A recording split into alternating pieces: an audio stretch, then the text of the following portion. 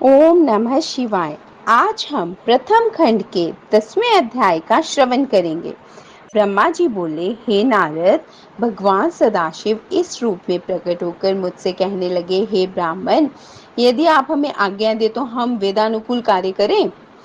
मैं ऐसे सुपुत्र को पाकर अपने मन में फूला नहीं समा रहा था। अस्तु, मैंने उनसे कहा, जब तुम जैसे मेरे पुत्र उत्पन्न हुए हैं तो संपूर्ण मनोरथ निश्चय पूर्ण हो जाएंगे।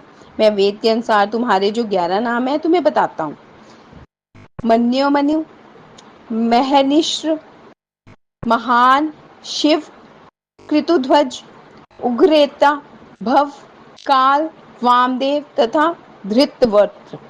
तुम्हारी 11 रुद्रानियों के नाम इस प्रकार होंगे: धी, वृति, उष्णा, उमा, नियत्र, नृत्यसर, इला, अंबिका, इरावती, सुधा, दीक्षा तथा रुद्रानी। इसके अतिरिक्त रुद्र, महेश्वर, हर तथा जगदीश आदि तुम्हारे अनेक नाम और भी होंगे।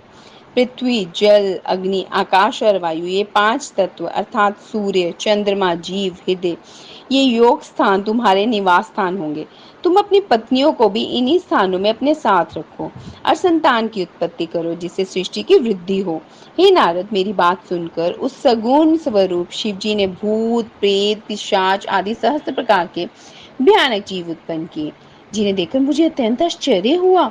जब मैंने भयभीत होकर उनसे कहा, तुम इस संतान को इसी समय नष्ट कर दो तथा श्रेष्ठ पुत्र उत्पन्न करो, यह सुनकर उन्होंने उत्तर दिया, हे ब्राह्मण, जिन जीवों को बार बार जन्म लेना और मरना पड़े, उन्हें हम उत्पन्न नहीं करेंगे, उन्हें तो आप ही उत्पन्न करेंगे।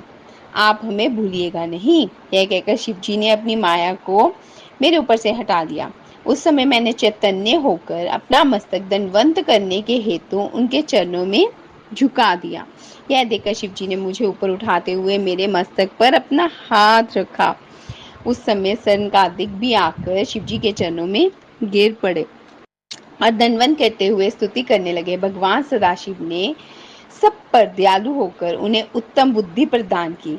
तदुपरांत वे मेरे ललाट के मार्ग से गुप्त होकर अपने लोक को चले गए। हे नारद, हम तीनों देवताओं में किसी प्रकार का अंतर नहीं है। अब मैं तुम्हें सृष्टि का वर्णन पुनः करता हूँ। ओम नमः शिवाय। ओम नमः शिवाय। ओम नमः शिवाय।